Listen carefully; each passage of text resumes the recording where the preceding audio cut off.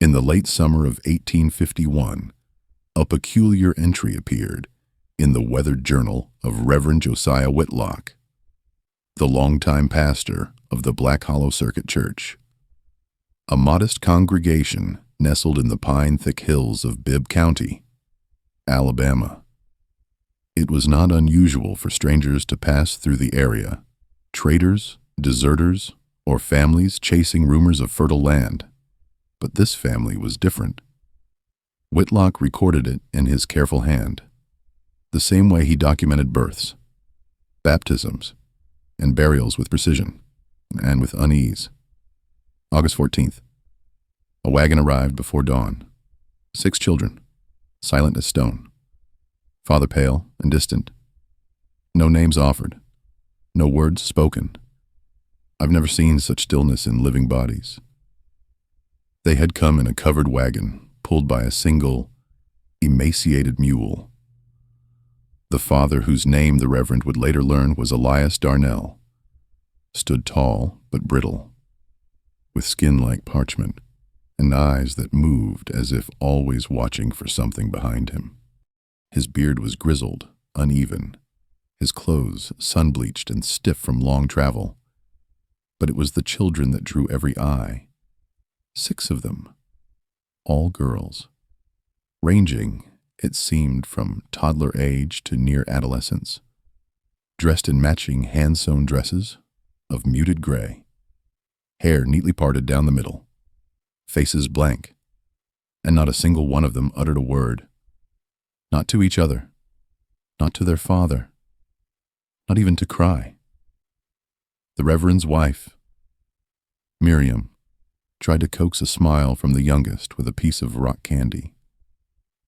The child stared at it, blinked once, and turned her head away. Miriam would later remark that she'd felt a strange pressure in her chest standing near them, as if the air had thickened in their presence. The Darnells took lodging in the old Thompson cabin at the edge of the woods, abandoned since the fever took the Thompsons in 1847. Elias paid with a coin so old and worn it bore no recognizable mint. When asked what brought them to Black Hollow, he simply said, "We needed somewhere quiet." For the next several weeks, the family kept to themselves. Elias could be seen most mornings at the stream near Crooked Elm Hill, gathering water in an iron kettle.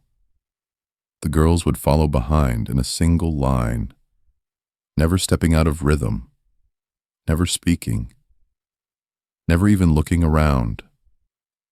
Locals began calling them the Gray Daughters. Children whispered that if you stared too long at their eyes, you'd forget your own name. It might have remained a passing oddity, another strange family come and gone, were it not for the journal entries that followed. Reverend Whitlock, a man not given to exaggeration, began noticing small disturbances around the church grounds, a baptismal chalice missing and then returned, but cleaned so thoroughly its decades of tarnish were erased. Prayer candles, relit each night after being extinguished. Most unsettling of all, a passage in his locked sermon notebook, rewritten in handwriting that matched his own, but which he swore he had not penned. The silence is not absence. It is listening. August 22nd. Margin annotation. Unsigned. Then came the night of the storm. A thunderhead broke over Black Hollow with little warning. Lightning struck the bell tower of the church just after midnight. The bell did not fall but rang 3 times. Loud, slow, unmistakable. No one had pulled the rope. By morning, the townspeople found the Darnell children standing at the edge of the cemetery, barefoot, dresses soaked from rain, eyes wide but unblinking, still silent, still unmoving. When approached, the eldest girl held out a piece of parchment to Reverend Whitlock. It was a page torn from his own Bible. The ink smeared, but 5 words could still be made out, and he opened not his mouth Isaiah 53:7. The Reverend staggered back. That passage had been underlined only once in his Bible, during the funeral of his own daughter 6 years prior. A page that, to his knowledge, had never been removed. From that morning forward, the unease turned to fear. The livestock near the Darnell cabin refused to graze. Dogs would not approach. Several children claimed to see shapes in the woods behind the house, tall, flickering outlines that vanished when looked at directly. One girl said she dreamed of the Darnell sisters walking through the cemetery, each holding a wooden mask with no mouth carved into it. Then, on September 1st, the body of Sheriff Bledsoe was found hanging behind the general store. No note, no signs of struggle. Only the word quiet scratched into the wood below his feet upside down, as if carved from above. The Darnell children were seen walking past the store just 10 minutes prior. None of them looked up. None of them stopped. They never spoke. But they were always listening. The days that followed Sheriff Bledsoe's death passed with an unnatural stillness over Black Hollow. It wasn't grief that gripped the town. It was the sharp, breathless kind of fear that settles into a place when people begin to suspect they are being watched by something they cannot see. The Reverend, ever the steward of order, tried to calm his congregation with scripture. But even he could not ignore what was happening. The children had stopped attending Sunday services. Not that they ever truly participated. They had always sat on the last pew, still as statues, hands folded in their laps, their gaze never wandering, never blinking. Elias Darnell would stand behind them, eyes closed, as if in silent petition, or perhaps penance. But after the storm, they stopped coming entirely. The cabin curtains remained drawn. No smoke rose from the chimney, and yet, bread from the bakery left on the Darnell porch would disappear by morning, always replaced with a small bundle of dried lavender or a coin etched with symbols no one recognized. Then came the recordings. Not the kind etched on wax or metal, but in ink-written records that began appearing without explanation in the church's vestry ledger. Reverend Whitlock first noticed them on September 6th. He had left the ledger locked, as always, in the drawer beneath the communion table. But that morning, upon opening it to record the death of Sheriff Bledsoe, he found a new entry had already been written. The handwriting was not his, yet it was flawless in style, identical in stroke. But the content was wrong, deeply wrong. September 5th. He tied the rope himself. He looked east before the jump. He whispered her name. No signature. Reverend Whitlock's hands trembled as he reread the sentence. The east-facing detail had not been shared, nor the fact that the sheriff had lost his daughter to drowning 3 years prior. Her name, Eloise, had been whispered so faintly by his lips in his last hours that even the undertaker hadn't caught it. More entries followed. Each night. Always one. Always unsigned. Always detailing something no one else could possibly know. The shopkeeper, who hides his earnings in the rafters. The teacher who once struck a child and left a no bruise. The widow who did not cry at her husband's grave, not because she didn't love him, but because he never really left. Each entry was a wound delicate, surgical, and devastatingly accurate. The Reverend began copying them into a separate notebook, fearful that someone might try to destroy the originals. He locked both sets of documents in a small chest, but found the next morning that the chest had been opened and a new note had been added on top. Locks are for forgetting. We do not forget. He began sleeping in the church. He didn't tell his wife. By the second week of September, 2 more townsfolk had left Black Hollow in the middle of the night. Wagons packed hastily, refusing to speak a word about why.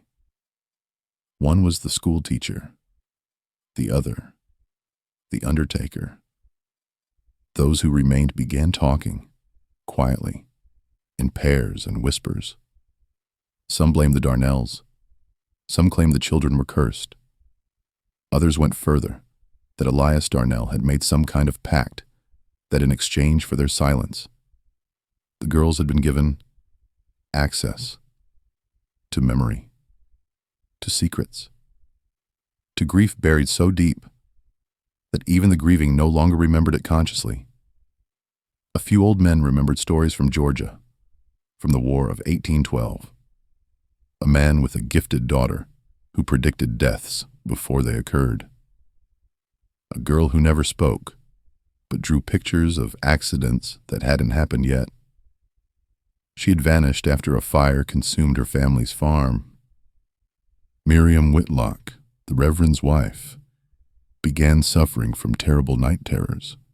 She claimed to see the Darnell girls in her dreams, standing at the edge of her bed, staring not with malice, but with unbearable pity, as if they mourned something in her that hadn't died yet. She started locking the bedroom door at night. Then she nailed it shut. When Reverend Whitlock confronted Elias Darnell at last, it was under the pretense of a pastoral visit. He brought a Bible and a loaf of bread. He knocked. No answer. He knocked again. Still nothing. Then, just as he turned to leave, the door creaked open not by his hand. Inside. The air was damp and cold, though the heat outside had not yet broken. The cabin was clean, spotless, in fact, but devoid of personal touches. No toys, no drawings, no signs of learning or play. The children were seated in a perfect row on the floor, backs straight, hands resting palms up on their knees, facing the fireplace. The fire was unlit. Elias stood behind them, eyes sunken, unmoving. He looked at the Reverend and spoke his first words in weeks. They weren't born like this. Whitlock said nothing. They stopped speaking the day she died. Who, the Reverend asked. Their mother, Elias whispered. Her voice was too much for them. They've been hearing ever since. Not with ears, with the space left behind. Whitlock, a man of God and structure, felt something shift in the pit of his soul. He opened his mouth to reply, but a soft breath, just one, escaped from the mouth of the youngest child. A breath like the beginning of a word, but no word came. Just the faintest sound. It was not meant for him. That night, another entry appeared in the church ledger. September 14th. He carries her comb in his coat pocket. He touches it when he forgets her face. He pretends he still remembers. Reverend Whitlock wept for the first time in 20 years. No one had known about the comb, not even his wife. On the morning of September 18th, the sun failed to rise properly over Black Hollow. It crested the horizon. Yes, but the light that usually pierced the canopy and cast long golden shafts into the chapel's western windows seemed dulled, as though filtered through gauze. People noticed it. Farmers paused in their fields. Children squinted on the path to the schoolhouse. No birds sang. By mid-morning, a boy had gone missing. His name was Calvin Bristow, 11 years old, son of the town's farrier, bright, talkative, and known to wander but never stray too far from the sound of his mother's voice. He had been seen the previous afternoon skipping stones near Widow's Creek. Then he vanished. There were no signs of struggle, no footprints beyond his own. The creek was low, far too shallow to drown in, and no one heard cries or splashes. Just nothing. What chilled the blood of those who searched for him wasn't the absence of evidence. It was what they found instead. That evening, behind the old apothecary barn, Calvin's schoolbook was discovered lying open on a wooden stump. On the left-hand page, a child had drawn something crude, in pencil 6 stick figures, in gray dresses, each standing in a line. Their heads were disproportionately large, their eyes hollow dots. On the right-hand page, in Calvin's own handwriting, they never blink. The townspeople said nothing publicly, but that night, at least a dozen households boarded their windows.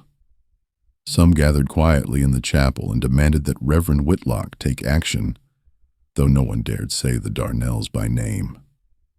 By the next day, another entry appeared in the church ledger.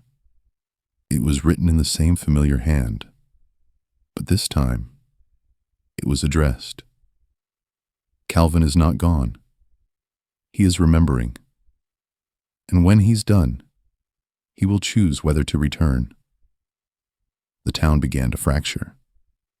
Some believed the Darnell children were messengers, harbingers of some divine reckoning, sent to expose hidden guilt.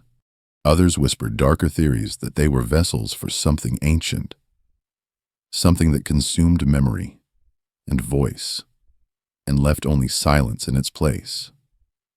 Elias did not leave the cabin.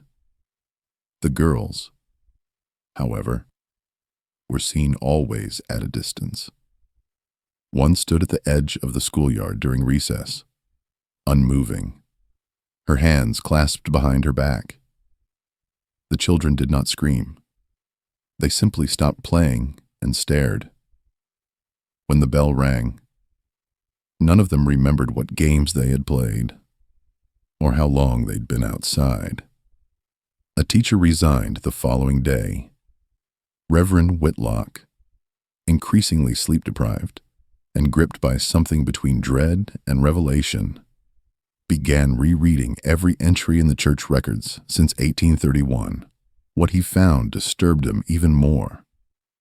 There had been previous disappearances. Not many. 1 in 39, another in 42, 1 child, 1 elderly man, and 1 pregnant woman, all listed as runaways or wanderers lost to fever.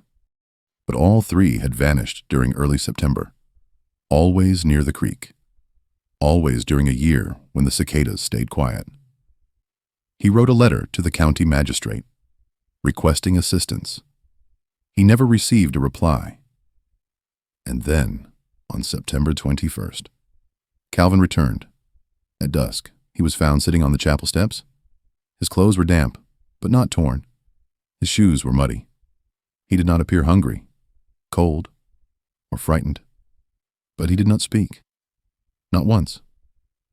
Not to his mother, who fell sobbing at his feet. Not to his father, who held his face and begged.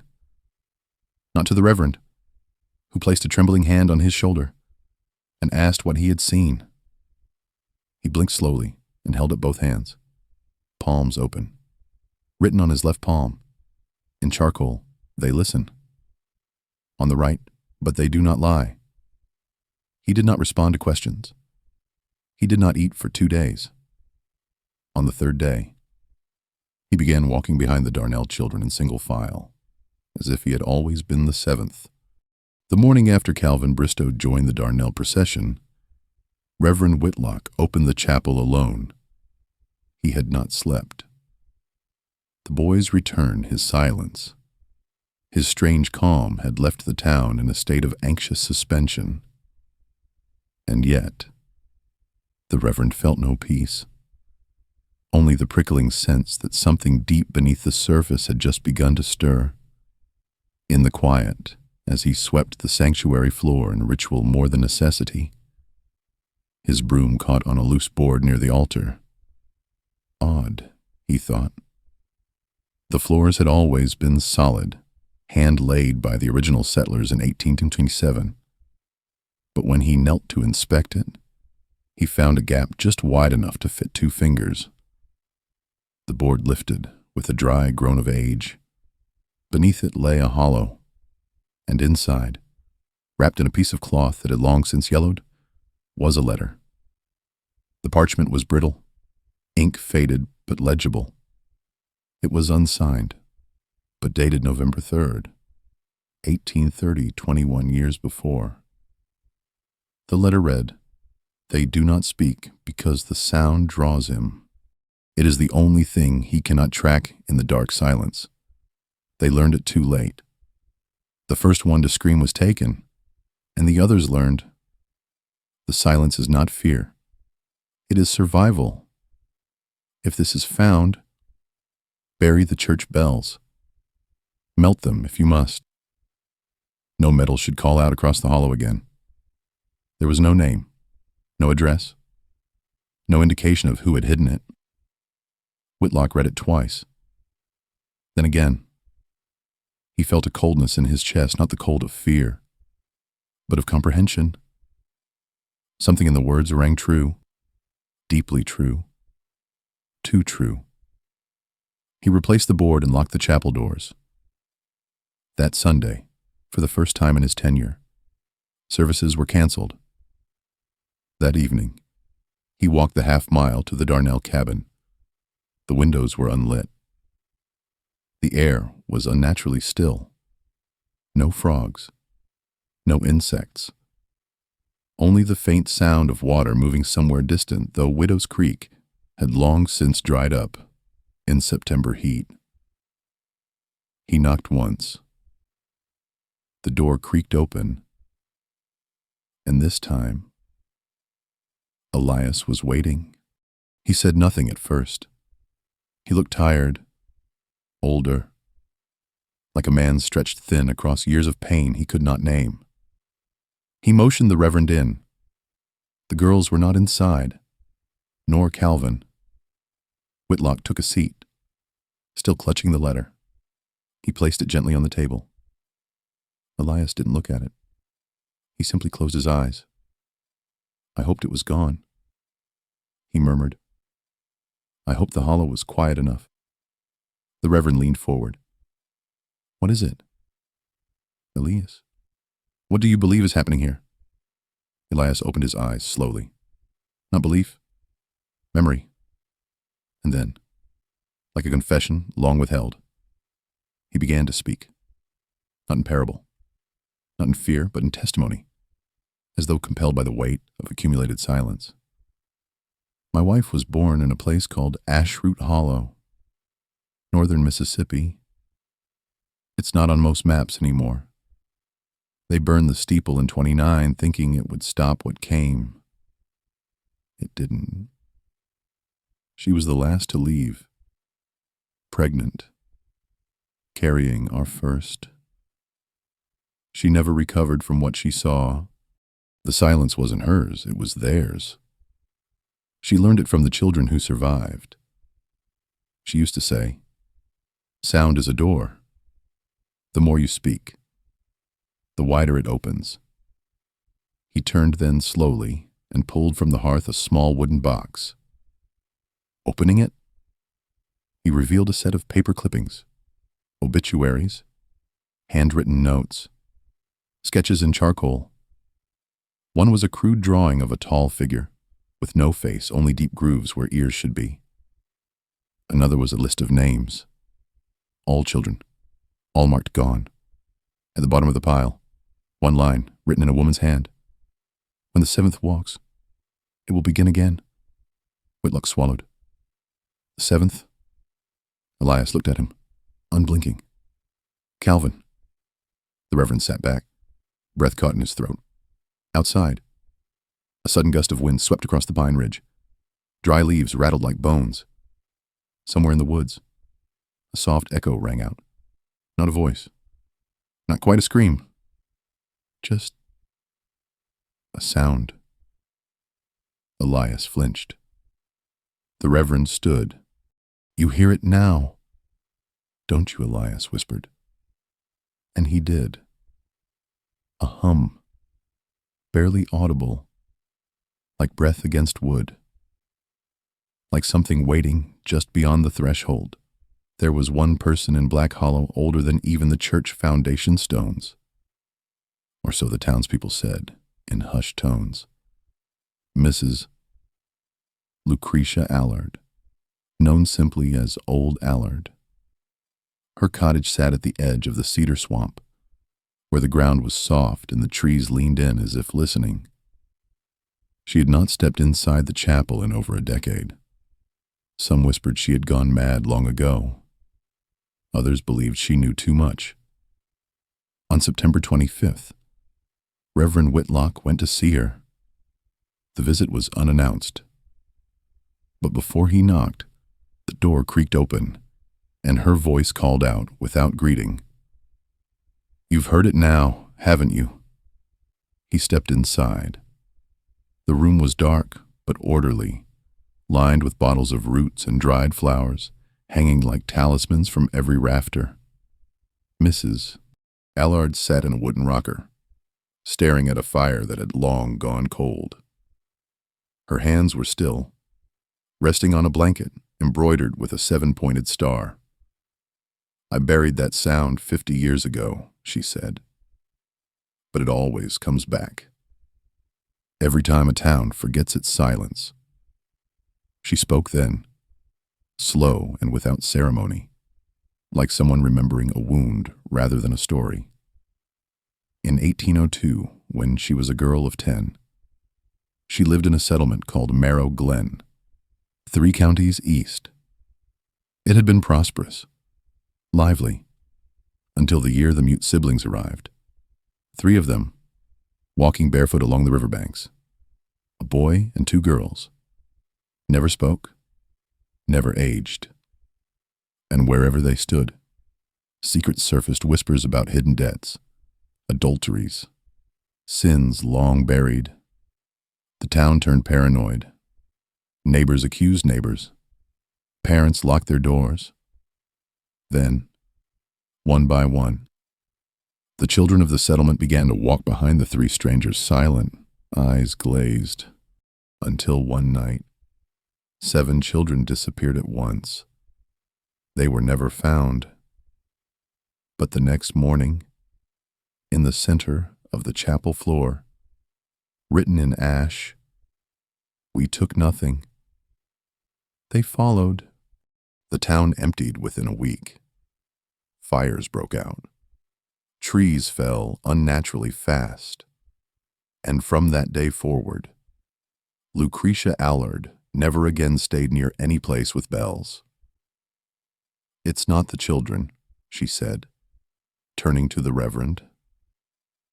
"It's what listens through them." She reached beneath her shawl and handed him something wrapped in linen, an old iron pendant, shaped like a closed mouth. "Hang it above the threshold. Speak nothing beneath it. Not a prayer, not a name."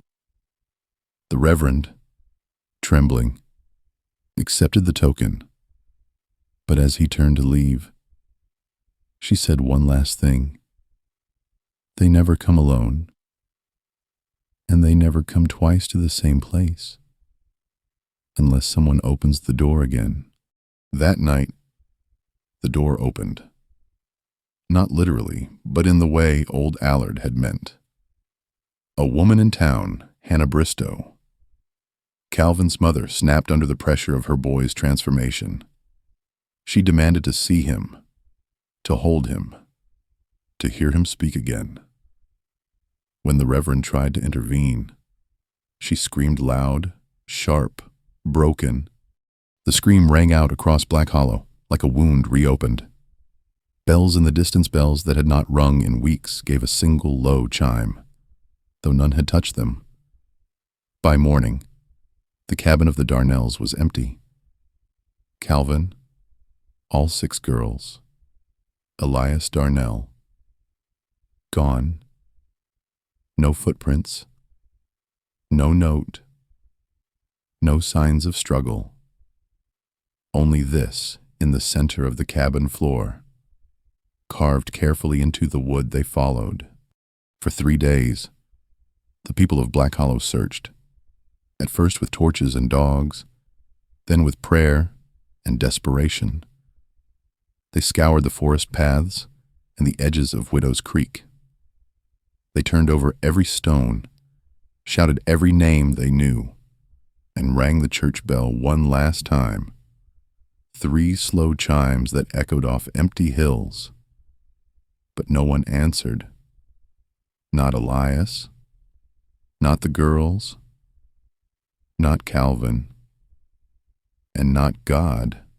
Reverend Whitlock, now gaunt and gray from sleeplessness, stood each evening on the chapel steps with old Allard's iron pendant in his pocket, turning it over and over between his fingers.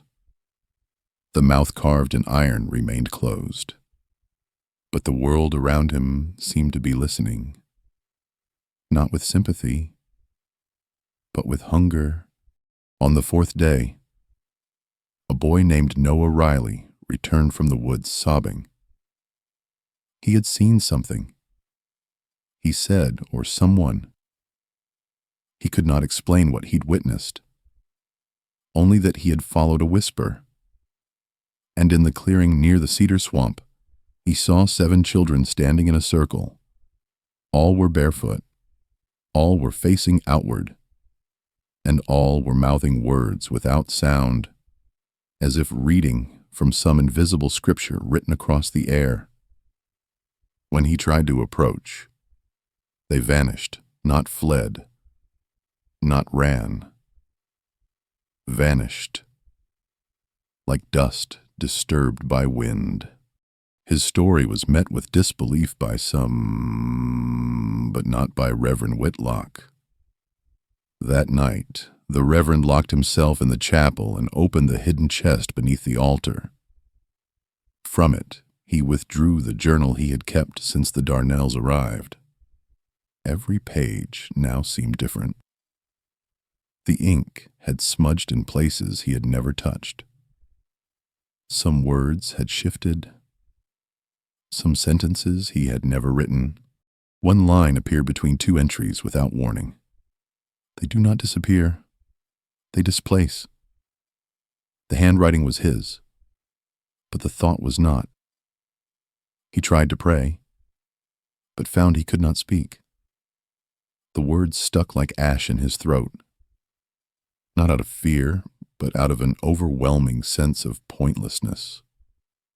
Whatever had visited Black Hollow, or whatever had been released, was beyond the reach of benediction. This was not a force to be reasoned with. It was not darkness in need of light. It was memory itself, stripped of forgiveness. By the 5th day, signs appeared. Across the doors of homes, deep scratches, not animal marks, but geometric, deliberate. 7 vertical lines crossed by a single horizontal bar. The same symbol was later found carved into the wooden floor of the schoolhouse, the inside of the general store's shutters, and worst of all, across the church altar. Some began to flee. Whole families packed wagons under cover of darkness. Others stayed behind, paralyzed by the hope that staying still, staying quiet, would protect them. It was no longer spoken aloud, but everyone felt it. The silence was no longer theirs.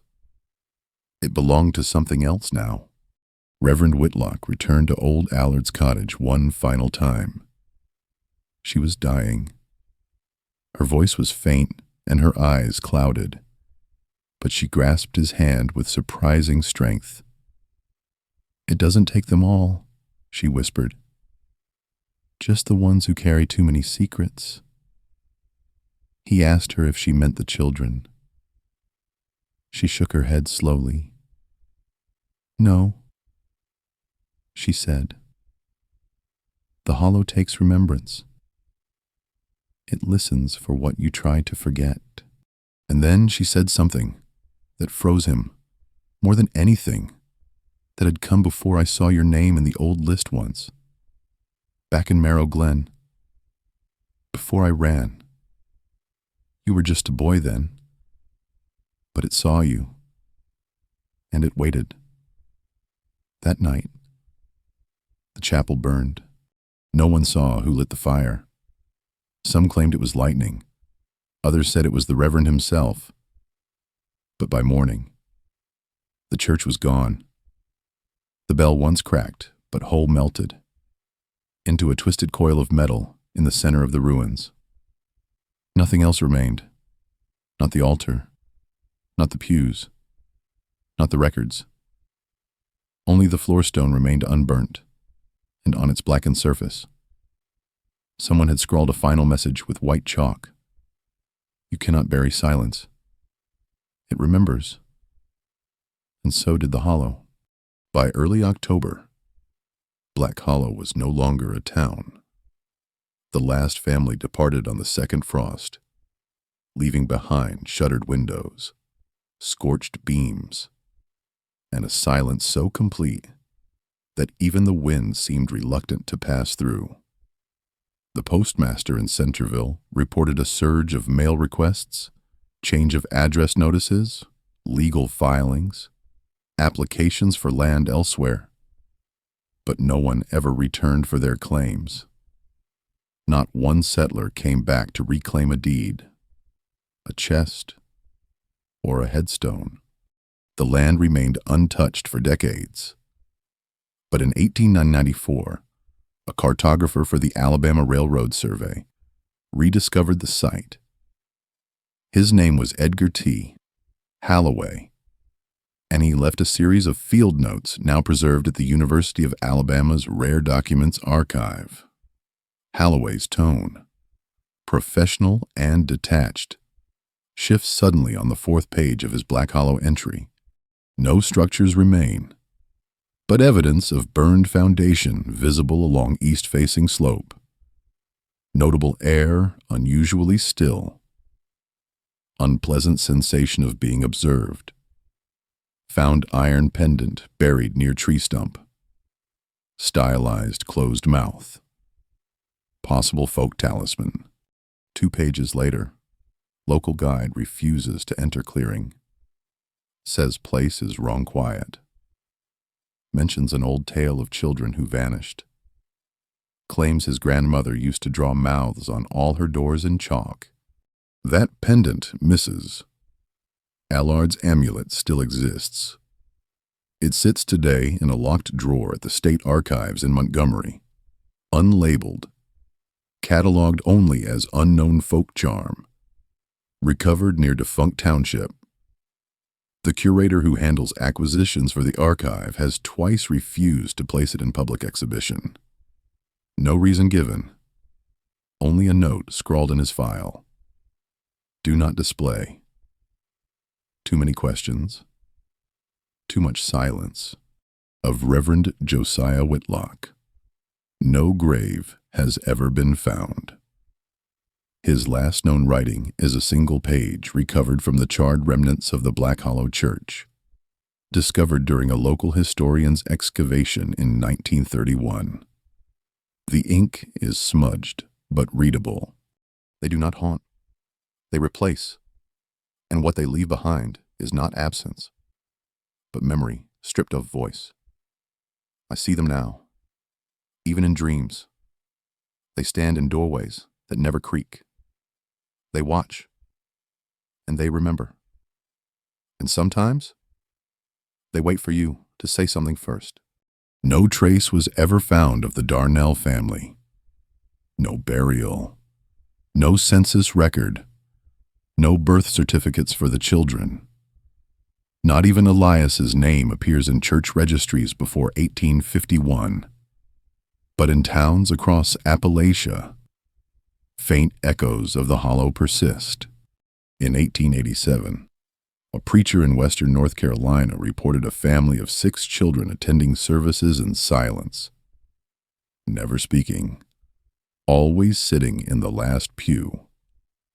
In 1919, a teacher in Georgia recorded a child who hadn't spoken since birth, but could recite the birthdays and sins of every classmate by touch. In 1953, a folklorist interviewing elders in northern Alabama collected a rhyme sung by children skipping rope. 6 stood still. The 7th ran, spoke no word, but knew each man. Close your mouth and close your eyes, or hollow silence hears your lies. The folklorist's tape recorder failed 3 minutes into the chant. It never worked again. Perhaps the hollow was never just a place. Perhaps it was a wound, stitched shut by silence but never truly healed. Perhaps the Darnell girls were not cursed but chosen, not vessels of darkness, but barometers of truth so raw the world couldn't tolerate hearing it. Some say they still walk never together, never loud, but always in the periphery of forgotten towns, old clearings, abandoned schoolhouses with one desk too many. And wherever they go, truth follows or disappears. And when they do come, they bring no words, only the certainty that someone is listening. In March of 1971, a fire broke out at the Glenwood Elementary School in Baldwin County, Alabama. The blaze consumed 2 classrooms, a portion of the library, and the western stairwell. No fatalities were reported. The cause was ruled as faulty wiring, though electricians later testified the circuit panel had been replaced just 6 months prior. Buried in the report, almost as an afterthought, was a note from Principal Eugene Hawthorne. Strangest thing, the fire doors didn't sound. No alarm, no bells, just smoke and a strange stillness before the heat hit, like the school was holding its breath. The children were evacuated quickly, all but one, a girl. No one remembered her name afterward. Attendance records had no mention. No parent came forward. Her desk remained empty for weeks before being removed, and on the blackboard of her homeroom, in chalk that no one claimed to have written, was a single line: "We do not vanish, we displace." That spring, 3 students in Glenwood ages 7, 9, and 10 stopped speaking altogether. They drew symbols instead, vertical lines crossed by one stroke. They walked to school in a single file line, even when not together. At recess, they never played. They only stood at the edge of the fence, facing outward, eyes wide, mouths closed. A teacher, concerned, arranged for psychological assessments. One child, Thomas Levington, refused to hold a pencil or speak, but when given a piece of charcoal, drew a single shape over and over again: a cabin with 7 small figures standing outside, none with mouths. When asked what it meant, he looked the therapist in the eyes and whispered. For the only time they came back. The file was closed. The family moved.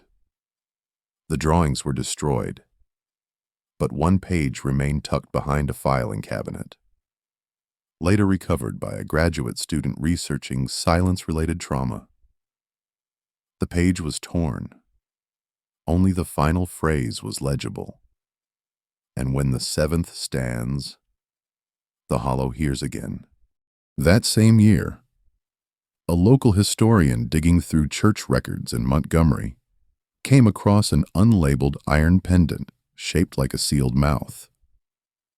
He held it up and joked that it looked like something from a ghost story. The clerk laughed politely, then locked it back in the drawer. The building has since been renovated. The drawer however, was never reopened. And in towns where the trees lean too close and the air goes quiet too fast, where bells rust silently and schoolyards have one swing that never moves, some still say, if you see the seventh child, don't speak. Just close your eyes and remember nothing, because in that silence, the hollow is listening.